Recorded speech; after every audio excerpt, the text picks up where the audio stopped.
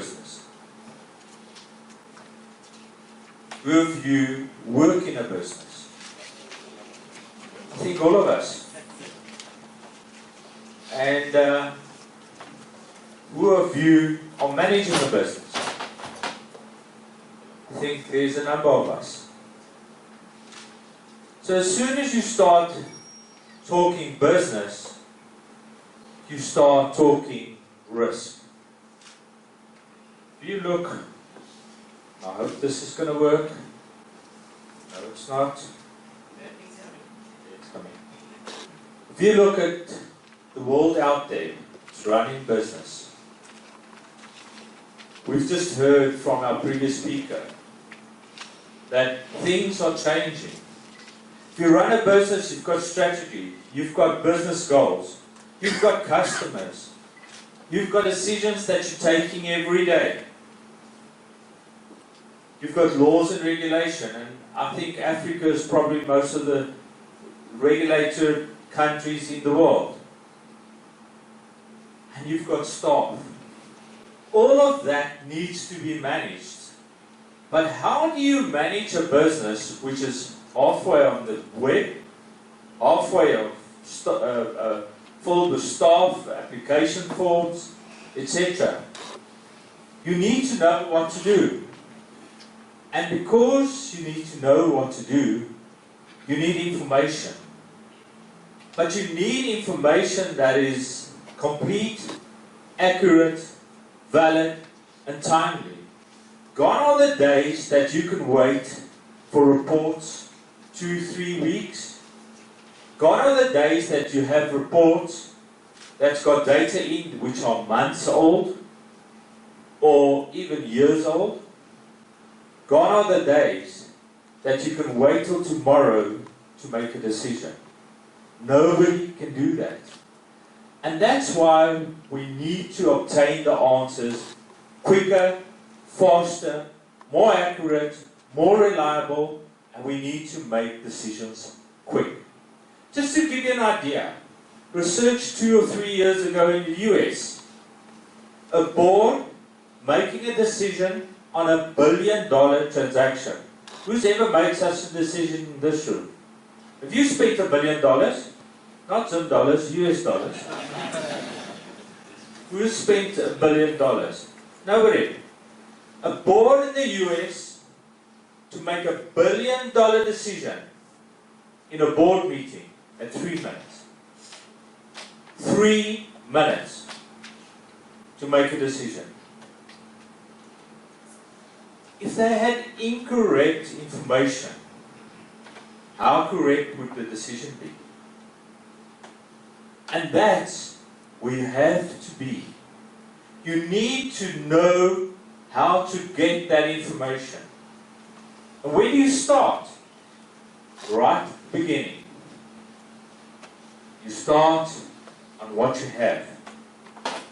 Now, all of our companies, and I'm sure you working, the companies that you are working in, the banks, the insurers, the telcos, are collecting one thing, and that's data. Data is your biggest friend. But if I give you data, let me tell you what happened to me once. In my previous life, I was a banker, and I was an internal auditor specializing in data. So I used data to perform audits. And I printed, I built some capability using SAS. That's why I'm working for them. And I built a process which literally audited the credit side of the bank overnight. And then I would push the results out into Excel spreadsheets. And we had a general manager in charge of retail bank. And I sent him this Excel spreadsheet. And he calls me, he says, "Colin, get to my office, now." So I thought he saw something which I didn't see. So I missed something. I get to his office. He printed this massive Excel spreadsheet although it had filters and everything on, he could get the information he required. He printed it out, and him and his PA was on the floor on their knees with sellotape, trying to stick this massive thing together. And he says to me, now, how must I do this? That's not where we are nowadays. Nowadays, we're using the data. And we're using the data to our benefit. We're taking the data, looking in it, and discovery takes you to a point where you're looking at things that you've never seen before. And we heard from our previous speaker, we're moving ahead faster than what some people can keep up. If you don't have the capability to use your data, deploy proper analytical tools in your organization, and discover the knowledge, your business is going to be struggling. You need to keep up. So you need analytics to help you. The data is too big, too large, too cloud to just look at a row of data and say, I can make a decision. You can't. So, what happens if you start automating? If you start automating, there's certain things that will happen in your organization. You will have to modernize the strategies you have. You'll have to look at your strategy. We can't plow with oxen anymore. We now use tractors which geolocate automatically and plow straight furrows. The other day, I was looking at a program on Discovery. In America, they have furrows that's up to 20 kilometers long. With a tractor, only a person sitting in an air-conditioned, listening to a radio, and the tractor driving himself, using GPS location. And that furrow is as straight as a needle. That's where we are. We have to look different. We have to grow our culture in our organizations to start looking at data and analytics.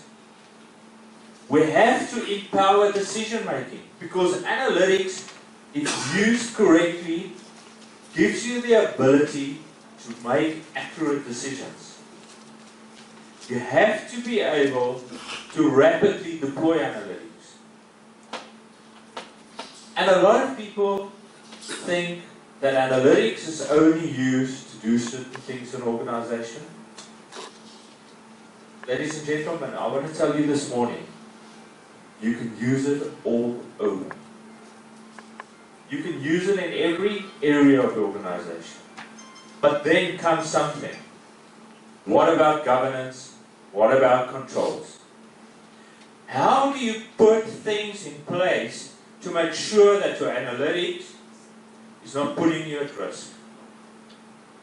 And unfortunately, people were not doing it. They were using analytics to see where they can find gaps and do rogue trading and do fraud. Did you know that fraudsters, big fraud syndicates, and William will be telling you about it, are using analytics to defraud your organization? They have professors working for them to help them build things to defraud you. So, how do you obtain the knowledge? How do you get to that? I think analytics can be used by getting information. We heard about disruptive technology, disruption. You can use analytics to your benefit. You've got so much data.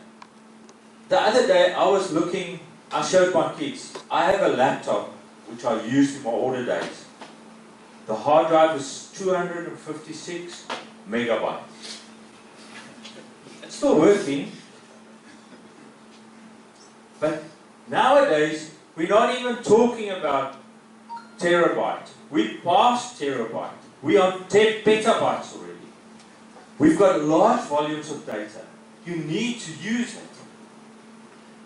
You're sitting on a mine of gold if you don't use your data. You must implement totally different problem-solving mindsets in the organization. You cannot say to a person, I want an Excel spreadsheet with a report and 3 graphs. Doesn't work. What you require now is something on your laptop or iPad where you can press your finger, drill down and see the information. Make decisions, change the reports. BI departments are going to change looking at the future. And you have to have unraveled processing power. Now that costs money. How do you use that? That's where cloud plays. That's where in memory, in database, analytics start playing a role. We're not using machine capability, but you're using memory capability to do your analytics and perform your analytics in the cloud. So things are going to change, but unfortunately, change brings some problems as well. And we're going to talk about that. If you look at it, just think about you being a board. A board saying, guys, the chief operating officer needs to know about fraud. He needs to know about his customer complaints. He needs to know about workforce demand and planning. He needs to know about human resources. And he needs to know about the quality. And now I'm not only talking to the banks or the insurers, I'm talking to every person that's in this room this morning. You need to have information. Can you sit and work through a board meeting on a 400-page document and then say to the board, I'm comfortable, I won't even try? We know about the rogue trader in Singapore. Let me give you something. You know why he got away for so long? Because the reports that was given to the management of that bank was 3 months in arrears. He cleaned out a bank. Because he had the chance. Nobody knew about it. If you look at the customer officer, what does your customers look like? What is their lifetime value? How long are they going to stay with me? What is the best next sale point that I can give them? What is the pricing? I'm running a campaign. Will it be successful? Can I see what customers are thinking of me? Now suddenly, you become a risk officer. Risk officers sit and they've got reports from audit, compliance, risk management and the regulator. The same risk, 4 different reports, 4 different answers. Which is correct? There's no time for that anymore. Things like combined assurance, integrated data reporting, integrated risk reporting now becomes important. And then you're looking at finance and your infrastructure, and you see that you have to comply, you have to have reports. You need knowledge as a manager. You need knowledge as a person working in an organization. You cannot wait for it. And that becomes important. So, in this slide, I'm not going to stand still on it long. But what I'm actually saying in this slide, it's not a process which is start and stop. It's a continuous process. It's a process that you cannot stop, not even for a second. Now let's look at an organization. Let's look at what is the organization. A lot of you, if I'm send this microphone around the table says, the organization is the staff working for it. Wrong. The organization is the customers that you're attracting. Now, how do you attract the correct customer? How do you know that this customer is going to pay you? If you're in a telco, how do you know they're going to do their monthly subscriptions? In an insurer, how do you know they're going to pay the premium? In a bank, you're giving them loans, overdraft, credit card. How do you know? How do you know if you have them onboarded and he slips a payment that he's going to catch up? And that becomes important. How do you know if anybody will pay you? But SAS has thought about this. SAS has got a product called SAS Credit Scoring, which actually says to you, use your data, score the customer on a continuous basis, and make sure that when you're onboarding and he becomes your customer, that he will pay you.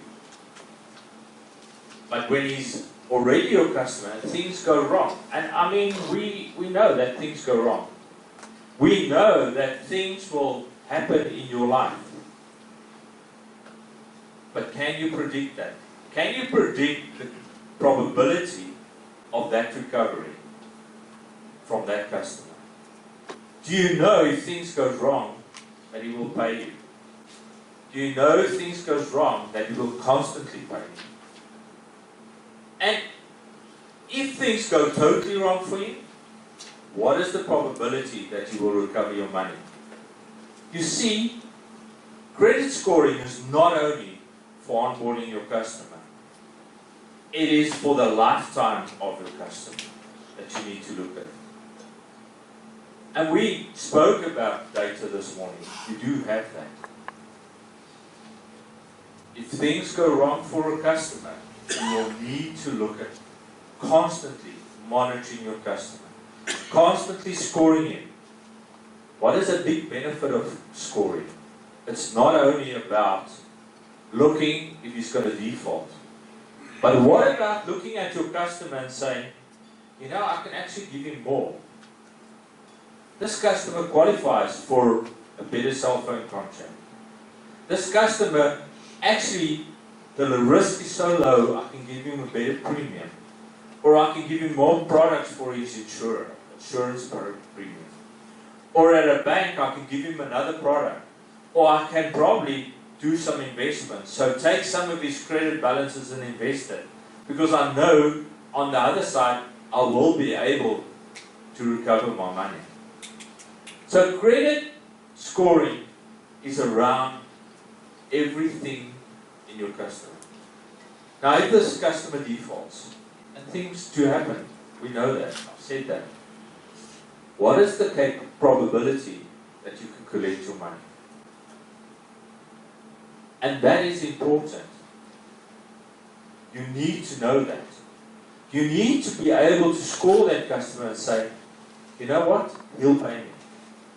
I'm not even going to phone him because I know he'll pay me. But you're going to get those customers. And in my early life in the bank, I did collections. And there are customers that just won't pay. They made up their minds that they will not pay you. And you know what? You need to know about them. You need to be able to use analytics and the power of that to find those customers. So the point that first payment he misses, you're on his back. And if you need to send somebody with a baseball bat to get your money, you need to know that. But some of them fall into trouble. And we know what economies does. We know what your economy does. We know the economies in Africa. In Kenya, they have a massive problem with the interest rate caps at the moment. They are struggling, the banks. They are losing a lot of money. But they need to know this person recovers from this, will I get my money? I can write it off today, but I can probably recover it tomorrow. You see where credit scoring plays. It's in your lifetime cycle of a customer. It's not only the day I apply for my account or I apply for my loan. It's throughout the process. And that's where SaaS will play a role and support you. We've got the capability.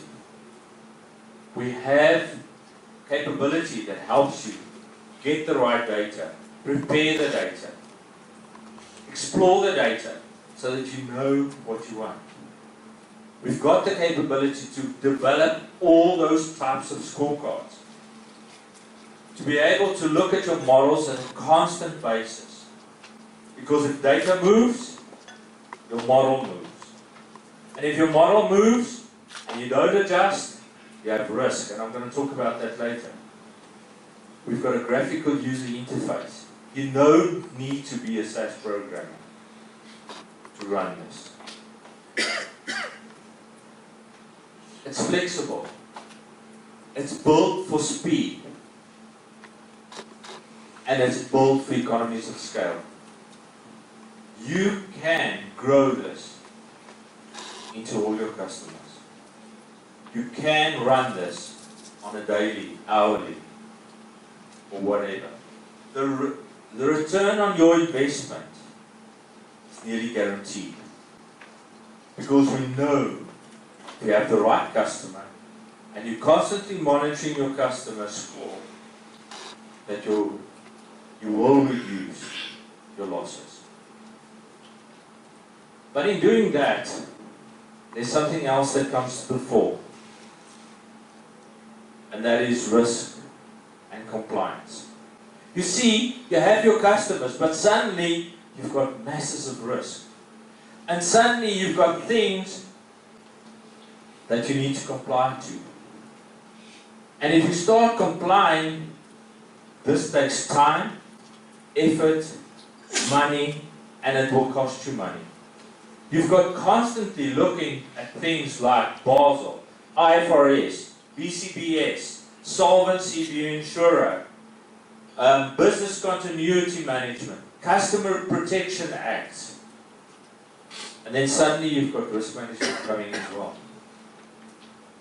Now, in doing this, with our data, the organization will probably look like that. I deliberately did this because it looks confusing. Why? Because there's so many things. The only way to straighten this out is using analytics, using your data. Excel cannot do this for you any longer. It's too big. Just think about it. I come to you. I want a Basel report, an operational risk, credit risk, market risk, liquidity risk, and I want one report with all the graphs in. And I want it now. I can't wait a week, a month, a year. I'm going to be in trouble. You see, you have two schools of thought. And I travel in Africa a lot. And you really pick this up. The one school is, I'll just tick the box, I'll buy the cheapest. That's going to kill you. The other school is, how can I improve my business by using this capability? And improve my business by looking at these reports. And that's where you need to go. If you just look at IFRS, the guesstimate worldwide that banks would spend $2 billion on implementing IFRS 9.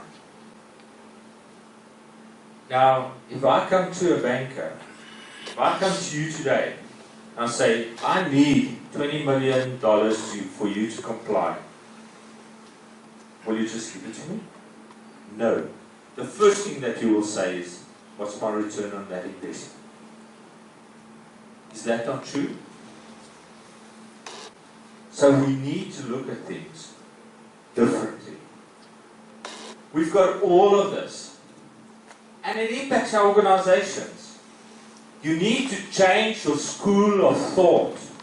You need to change and think differently. You need information technology to support you. You need skilled people. And it impacts every organization. But if you don't have the technology, you're going to struggle.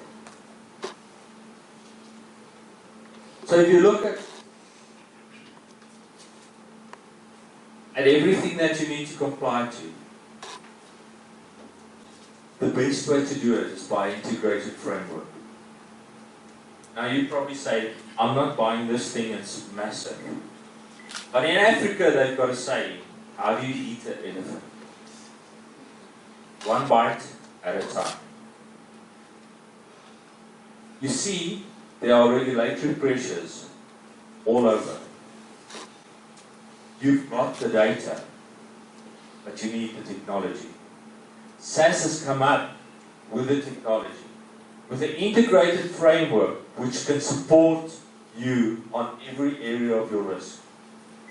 On scoring, on credit risk, on market risk, on liquidity risk, on IFRS 9, IFRS 17 for the insurers, IFRS 5 if you need it in the telcos. Because that's now pressing. And it's not the regulators that's driving this. It's the regulators and the International Financial Standards Board. So there's like pressure from all over. Sit back, relax. There's business benefit from all of this. And that's what you need to remember. Take that away today. Find the business benefit. We're a bank in South Africa. We have a law called FATCA, POPI. They sat back and said, POPI can cost us billions of rand, or we can make billions of rand. Because with POPI and other laws, you need to verify your property and everything to the bank. They saw this as something which the banks could get their customers in front of them. They gone with a strategy. Every customer I bank, I'm going to sell him one additional product. The customers streamed in because they had to comply. But the front office staff was trained. You sell him.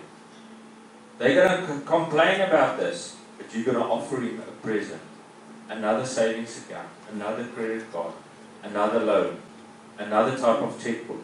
You're going to upgrade his current checkbooks. You're going to upgrade his card. Guess what? They didn't lose one customer because of that.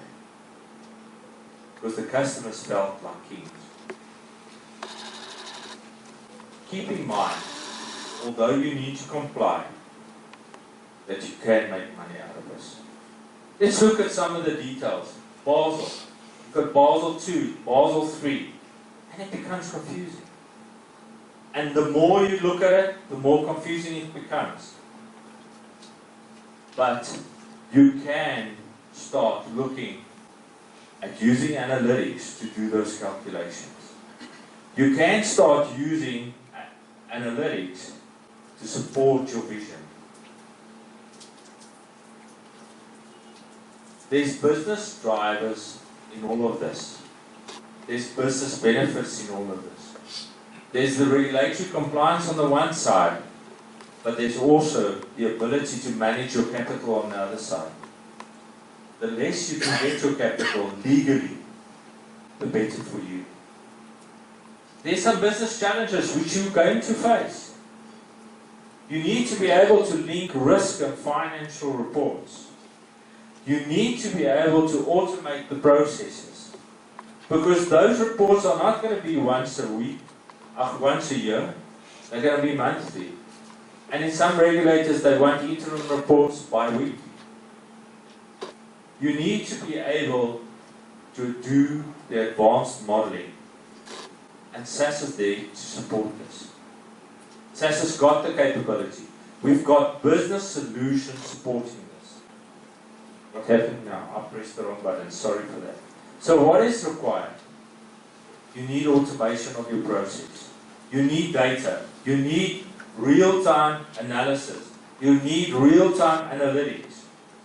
You need the capability to accommodate behavioral and economy factors.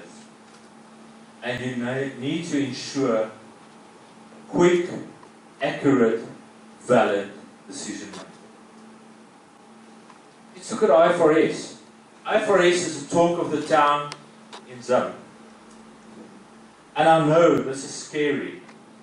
Because suddenly, what you have provided in your for Basel needs to be in your financial statements. And we know what the banks did. They provided for Basel. If you look at the financial statements, it's totally different. Because that was done to change your profits. Now IFRS has come and said, no. Not more. I want that equal.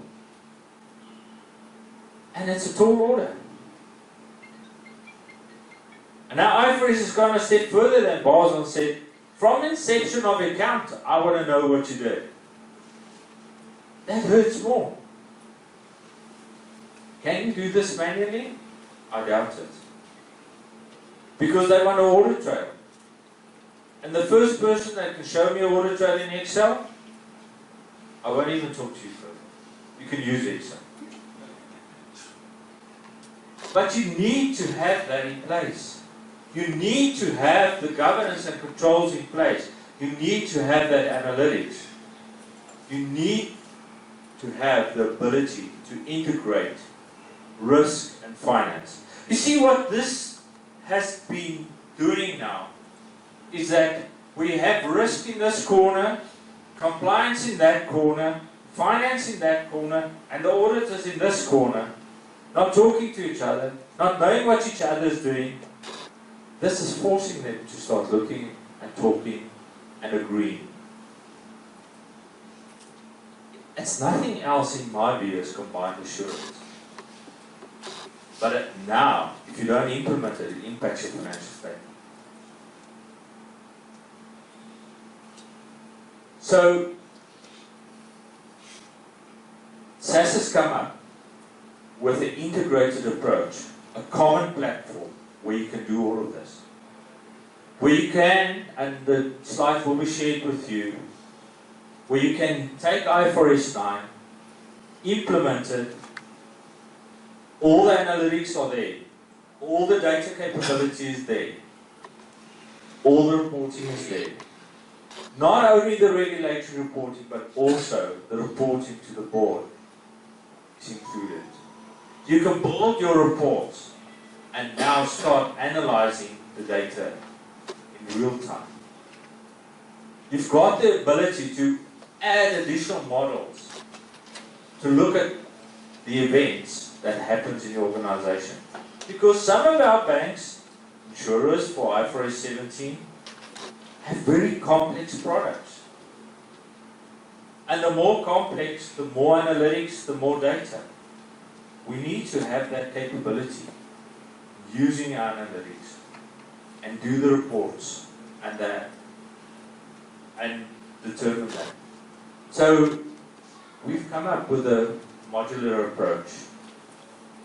Granular data analytics, advanced analytics, and disclosure reporting. All part of a process where we develop the models, execute them, put them into production, using your data. Ladies and gentlemen, if you don't do that, and if you don't start now, you're going to be too late. Let's look at insurance. Insurance is just as bad as the banks. They've got solvency, they've got IFRS, they've got stress testing, scenario analysis, asset and liability management, they've got model risk, which I'm going to talk about. And then insurance is suddenly using Internet of Things. And now it's totally confusing. And all of that suddenly becomes risk management because it brings risk to your organization. You cannot divorce this from yourselves. You cannot turn your back on this. You will have to look at it.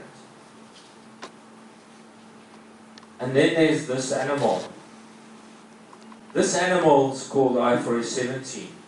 Now you're going to say to me, no, it's only coming 2021. I'll give you a surprise. You need to start looking at the data now. If you start looking and you start off your project in 2017, you start collecting your data, you're in 2018. You put in a system, you're in 2019. Insurers in Europe have determined that the impact to the financial statements could be detrimental. They need a 2-year parallel run. Then you're in 2020. And 2021, you need to comply. You don't have time. You need to start now. What does this mean?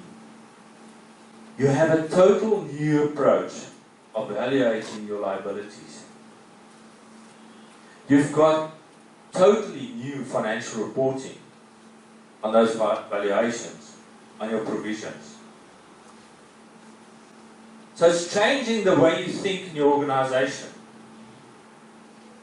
The impact to insurers is not only on the financial statement, but it's literally down to your source systems, to your actuarial systems, your general ledger. And if I know about some insurers, I worked with one a couple of years ago, I had to get data from a general ledger. He said to me, which one of the 8 general ledgers we're using you want the data from? I said, you tell me which is the correct one. It took them 3 years to find out that not one of it was correct. Do you understand where we're going? Your reporting, your internal business reporting to your management and board will change. You'll have to think new. You'll have to think about how your accounting solutions can work with this. It changes totally the way you think. But SAS is luckily there. We have a complete solution with all the analytics in it. All the auditability is already built in it. The traceability of data is in. We've got the ability to use what-if analysis. We've got flexible definitions for accounts. And we've got data quality already in it. Advanced reporting, not only to the regulator, but to your internal management. We want to support you because we know this is our to drive from here. Can you wait? No. And now this thing doesn't. But talking about all this analytics, have we thought about all the risks? No. Let me throw a curveball at you. If you run analytics, who's quants in this room? Who's actuaries? There's one. So, can I ask you a question? You run a model today, you leave it for 2 years, not changing it, anything. Is there a risk? Yes, there's a risk. What is the risk? The first risk is that the environment may have changed, so the parameters may need to be updated. The other risk is probably you also need to review your risk because there are issues to do with your risk that you have to attend to. I like you. Because you just told them about my next slide. You see, when you have models running and analytics, things change. And if you're not on top of that, it's going to bite you. The other day, for interest rate, I was doing a bit of research on the banks in South Africa. I phoned one bank. They had a model which they make credit decisions on. That's been running for 15 years that they never reviewed. So the data for 15 years back, and you can think how banks have changed, is still valid for that model. They're too scared to review it because they're too scared of the results that's going to come out. And the lady said to me, "Sir, I'm really too scared. This thing is going to cost me my job." But you know what? It could cost you your bank, your insurance company, and your telco if you don't look at your analytics. So the risk is model risk. Model risk is not quantitative, it's qualitative. And the regulators in the US found this out, but only too late. When the whole credit crunch happened, they realized that models have risk. Then they implemented a law, and SAS came to the party for them, where we've implemented model risk technology.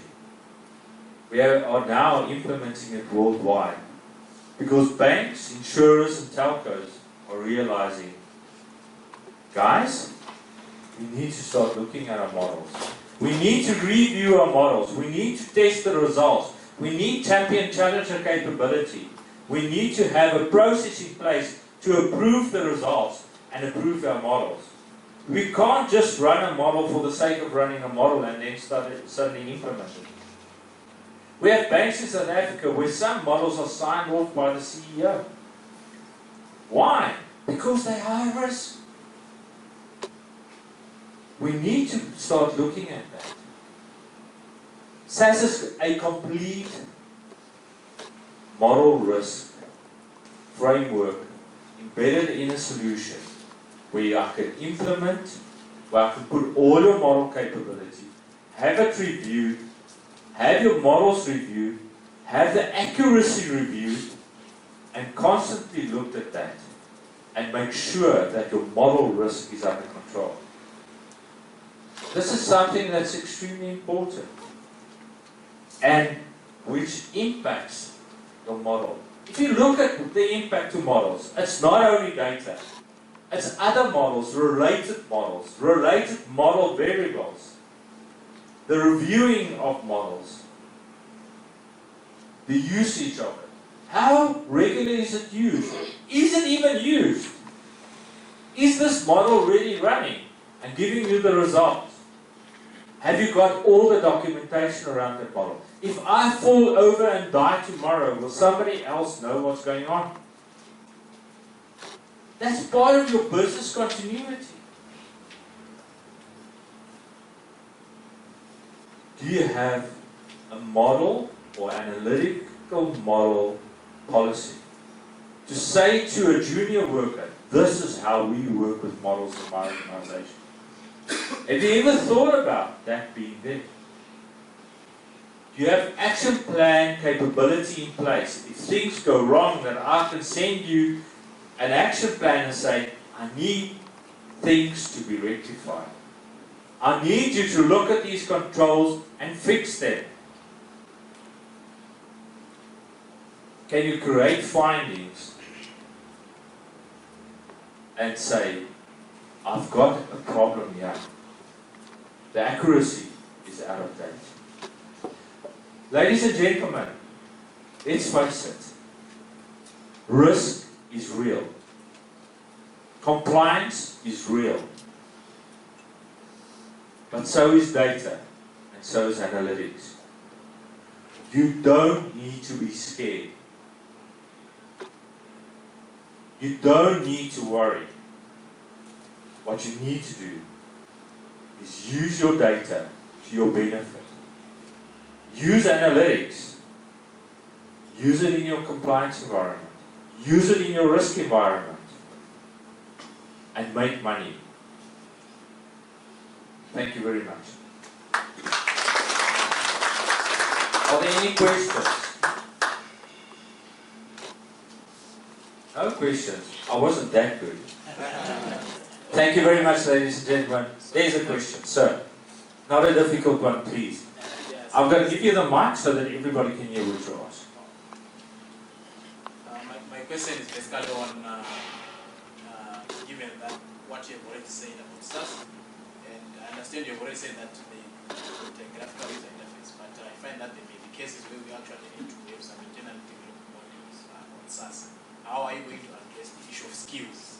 Let's say Zimbabwean marketing versus SaaS.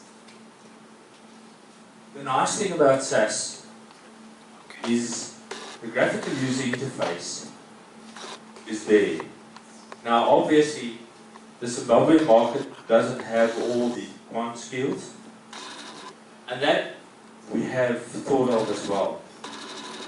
SaaS has got partnerships with universities, and Zimbabwe, as soon as business really takes off there, we've got a guy that will start talking to your universities.